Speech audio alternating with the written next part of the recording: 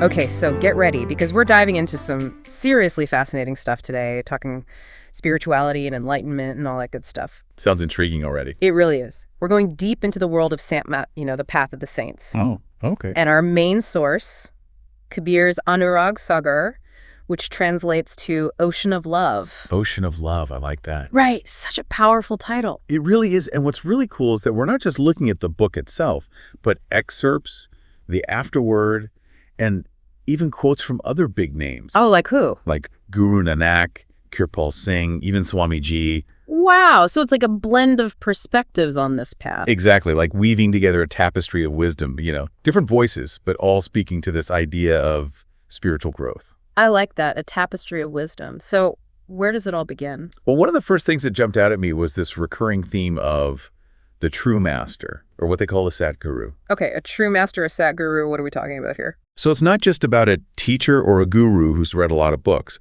It's about someone who's actually experienced the divine, someone who's merged with that sea of light that the afterword talks about. And they can guide others to that same experience. Exactly. That's the whole point. They've been there, done that, and they can show you the way.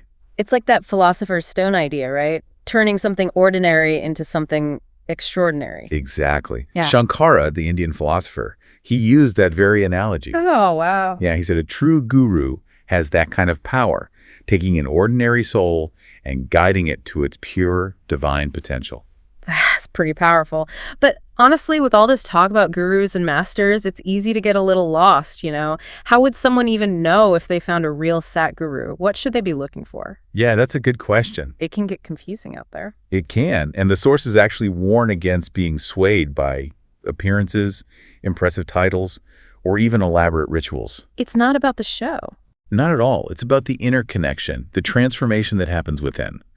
Kabir and Guru Nanak both talk about dying to the world. Dying to the world. That sounds a bit intense. Not literally, of course. It's metaphorical.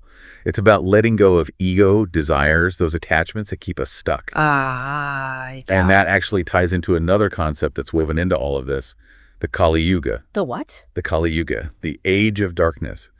The afterword paints a pretty stark picture of it, actually. Oh, really? Yeah, it's described as a time of, spiritual decline, where materialism and ignorance are everywhere. And we're in the Kali Yuga now. That's what they say, and it's depicted as this vast ocean with all these souls, jivas, unaware of their true nature, just lost in it all. So if that's the backdrop of our search for a true guru, it feels almost impossible. Like, how can anyone find true liberation, especially now? Right, and the sources address that directly. Yeah. They say that finding a true Satguru in this age, in this Kali Yuga, is crucial. Like a guide in a dangerous jungle or something. Exactly. Yeah. But it's not just about blindly following either. Yeah. They're big on personal effort and discernment, too. So it's a two-way street. There's guidance, but also the individual's own dedication, their own path. Absolutely. And that path of Saint Matt, it seems to be much more about inner transformation than all the external stuff. You mentioned dying to the world before. How does that fit into this whole Saint Matt thing?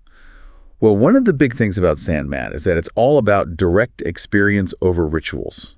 You can do all the rituals in the world, but without genuine inner transformation, it's meaningless. It's like having the map but never actually going on the journey. Exactly. And at the heart of this inner experience is the word, or what they call shabd. The word. Yeah, it's described as a divine sound current, an inner music that connects us to the source of it all. Okay, and this shabd, this inner sound, it's something the Satguru can help us tap into. That's right. It's said that through initiation, the Satguru can grant access to this sound, and through meditation, we can actually attune ourselves to it, letting it guide us back to that state of unity. Okay, so we've got this true master who can help us connect with this inner divine sound, and it's more about the internal experience than the rituals. Anything else that makes Saint Matt unique? One of the most crucial things is that it's not about running away from the world, it's about living in it, but with a greater awareness. So no need to become a hermit in a cave. No, it's about finding that balance, living your life, but being aligned with the divine. That makes sense. But if it's all about inner transformation and we're stuck in this, challenging age of Kali Yuga, where do we even begin? How do we even start cultivating that connection? Now that is the million-dollar question, and one we'll definitely dig into more after a short break. So we're talking about inner transformation and this path of Saint Matt, but it can all feel a bit, overwhelming, right? Like, where do we even start with all the distractions around us? Right, and that's where the idea of grace comes in. Grace. Yeah, the sources really emphasize that it's not all on us, not just about our effort. Oh, It's okay. about aligning ourselves with, with a higher power, surrendering to guidance, and being open to that transformative power. So it's like a partnership, our own effort, but also this grace guiding us. Exactly. Like, imagine you're trying to sail to a far-off land, you're putting in the work, but it's the wind of grace that actually gets you there. I like that. Takes a bit of the pressure off, right? Right. We don't have to figure it all out on our own. But it's interesting because this idea of surrendering, it might seem like it clashes with that whole personal effort and discernment thing we were talking about earlier. Yeah, it seems a bit contradictory.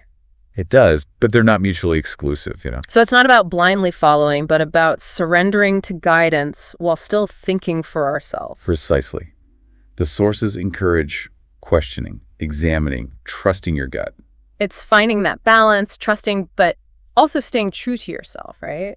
Exactly. And as you cultivate that inner connection, it naturally starts to change how you live, in the world. Yeah, like that quote from Swamiji, right? Why do you cling to the earth? Exactly. It's not about physically leaving everything behind, but about changing your internal relationship with it all. So you can still live your life, have responsibilities, but not be consumed by it all. Yes.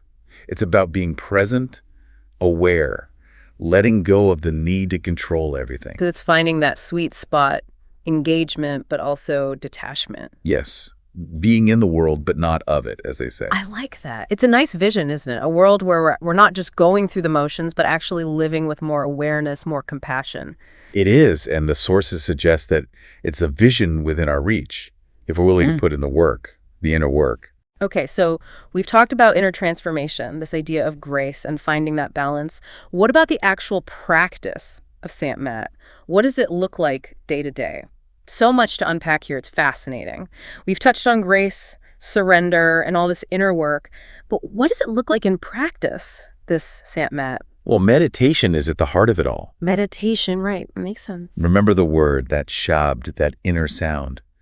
Meditation is how we quiet the mind and actually hear it. So that's the key to that direct experience we keep talking about. It's essential. But it's not just about, sitting there with your eyes closed. It's active listening, becoming receptive to that sound, to the inner light. And the Sat Guru, the teacher, how do they help with that? A true master can guide you, give you the techniques to go deeper in your practice. They can also help when those inevitable challenges come up. Because let's face it, quieting the mind is not easy. Especially these days, right? Distractions everywhere. Exactly. So that guidance, that support, it's crucial. It is, but remember what we said before about discernment.